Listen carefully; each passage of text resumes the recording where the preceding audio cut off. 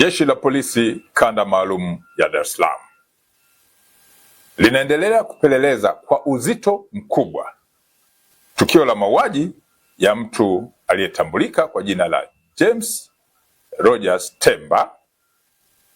Huyu alikuwa ni mwanafunzi wa mwaka wa pili wa chuo cha usimamizi wa fedha yani IFM ambacho kipo jijini Dar es Salaam, ambaye mwili wake ulikutwa unaelea kwenye maji yaliyokuwa yanatiririka katika mto Msimbazi, eneo la Kipawa, Ilala, tarehe 30 mwezi wa 4 mwaka huu wa 2026, huku mwili huo ukiwa hauna kichwa.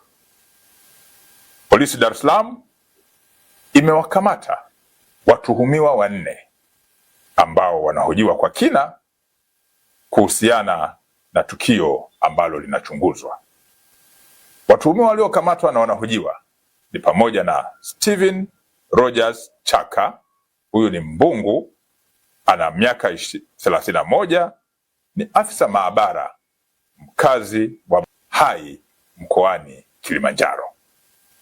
Amekamatwa pia mwanamke mmoja ambaye ametambulika kwa jina la Anna Frank Lema maarufu kama Happiness. Huyu ni Mchaga mwenye umri wa miaka 30, lakini ni mkazi wa eneo la Tabata Chang'ombe. Amekamatwa pia mtu aliyefahamika kwa jina la Twalibu Hamisi maarufu kama Mputo mwenye umri wa miaka 23, mkazi wa Kigogo Kati, Kinondoni, jijini Dar es Salaam. Amekamatwa mtu mwingine wa 4 ambaye ametambulika kwa jina la Michael John maarufu kama Tambali mwenye umri wa miaka 26. Huyu ni mkazi wa Kigogo, Kinondoni, jijini Dar es Salaam. Vipo pia baadhi ya vielelezo ambavyo vinachunguzwa kuhusiana na tukio hilo.